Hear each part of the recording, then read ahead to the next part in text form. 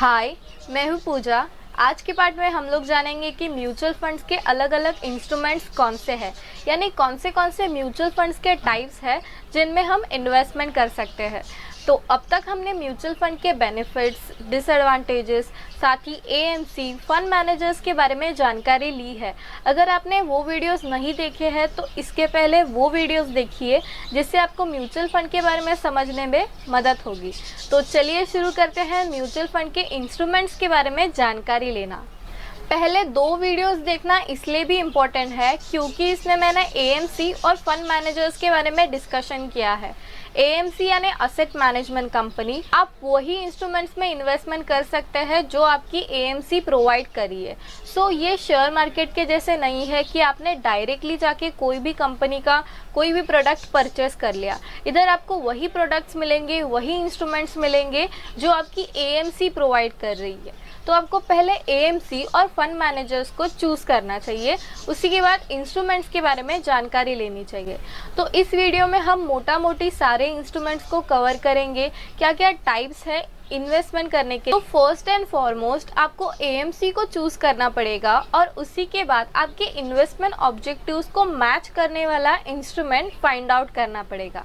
ऐसे तो mutual fund के मेजर 3 टाइप्स है। फर्स्ट है इक्विटी, सेकेंड है डेब्ट एंड थर्ड है हाइब्रिड, और उसके बाद आता है सॉल्यूशन ओरिएंटेड, जिसे हम अदर्स में डालेंगे। तो अगर हम इक्विटी की बात करें तो यहाँ पर शेयर मार्केट में डायरेक्टली इन्वेस्टमेंट की जाती है। नेक्स्ट है डेब्ट, यहाँ पर लो रिस्क असेट में इन्वेस्टमेंट किया जाता है, जैसे कि गवर्नमेंट सिक्योरिटीज, बॉन्ड्स एक्सेट्रा। और थर्ड है हाइब्रिड, यहाँ पर बैलेंस आउट किया जाता है। हाँ, हाइब्रिड को बैलेंस फंड भी कहते हैं, जहाँ पर इक्विटी और डेट को बैलेंस करके इन्वेस्टमेंट की जाती है।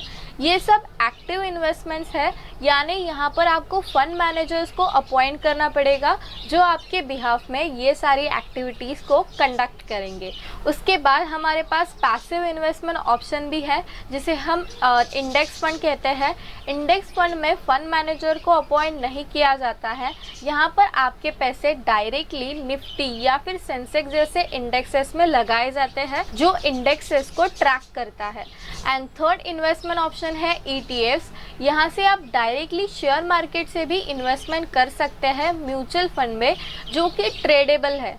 यानी अगर आपने सुबह में एक ईटीएफ परचेस किया तो आप उसको डे एंड तक सेल कर सकते हैं। यहाँ पर बहुत ज़्यादा लिक्विडिटी होती है, इसका सारा कंट्रोल इन्वेस्टर के हाथ में होता है। तो अगर हमें म्यूचुअल फंड इन्वेस्टमेंट ऑप्शंस को मोटा मोटी डिस्क्राइब करना है तो 5 टाइप्स निकल के आते हैं। फर्स्ट है इक्विटी, सेकेंड है डेट, थर्ड है हाइब्रिड यानी बैलेंस फंड, फोर्थ है इंडेक्स फंड एंड लास्ट है ईटीएफ्स। ये रहे हमारे मोटा मोटी इन्वेस्टमेंट ऑप्शन। अभी मैं आपको डिटेल में बताना चाहती हूँ कि कैसे आपको अलग अलग फंड्स के नाम मिलेंगे, कैसे आप इन्वेस्टमेंट ऑप्शंस को चूज़ कर सकते हैं उनके ऑब्जेक्टिव्स के बेसिस पर। चलिए जानते हैं अलग अलग investment options in detail. First investment option है थीमेटिक फंड। थीमेटिक यानी अगर आपको इंफ्रास्ट्रक्चर में इन्वेस्टमेंट करना है तो आप एक थीम सिलेक्ट कर सकते हैं इंफ्रास्ट्रक्चर, और उसके बेसिस पर अलग अलग कंपनीज को चूज़ किया जाएगा जो इंफ्रास्ट्रक्चर में अपना कंट्रीब्यूशन देते हैं। नेक्स्ट है सेक्टर फंड। ये थीमेटिक जैसा ही है, लेकिन यहाँ पर पर्टिकुलर सेक्टर पर ही फोकस किया जाता है। फॉर एग्जांपल पीएसयू बैंक्स, यहाँ पर सिर्फ पीएसयू बैंक्स के शेयर्स को परचेज किया जाएगा और एक फंड तैयार किया जाएगा। नेक्स्ट है फंड ऑफ फंड, यानी अगर कोई अच्छी इन्वेस्टमेंट स्कीम है, म्यूचुअल फंड है, तो ऐसे ही अलग अलग अच्छे इन्वेस्टमेंट स्कीम्स, म्यूचुअल फंड्स को एक बास्केट में लिया जाता है और उनमें इन्वेस्टमेंट किया जाता है। ये थोड़ा कॉम्प्लिकेटेड है समझने के लिए, लेकिन ऐसा होता है।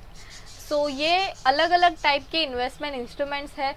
म्यूचुअल फंड एक ऐसा इन्वेस्टमेंट ऑप्शन है जहाँ पर आपके हर एक प्रॉब्लम को सॉल्यूशन दिया जाता है।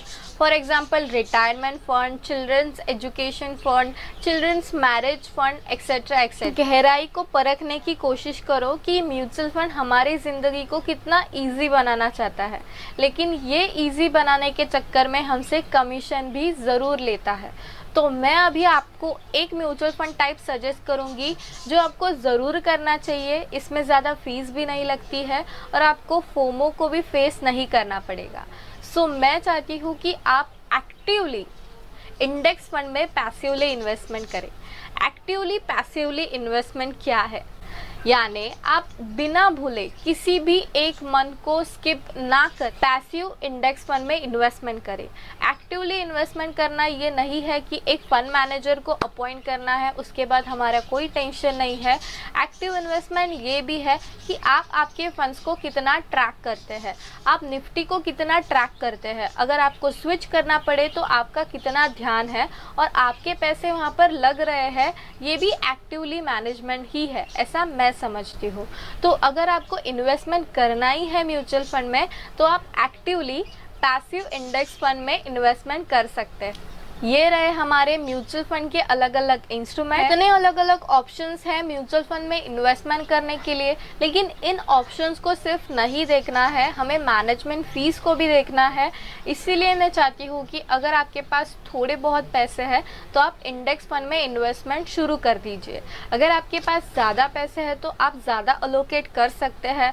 अगर आपको लगता है कि ये फंड मैनेजर अच्छे रिटर्न्स दे सकता है तो आप एक्टिव म्यूचुअल फंड में भी इन्वेस्टमेंट कर सकते हैं after researching about the fund manager and the fund performance. So that's it for today's video. I hope you guys like the efforts I put in. So please like the video and share my content. Thank you.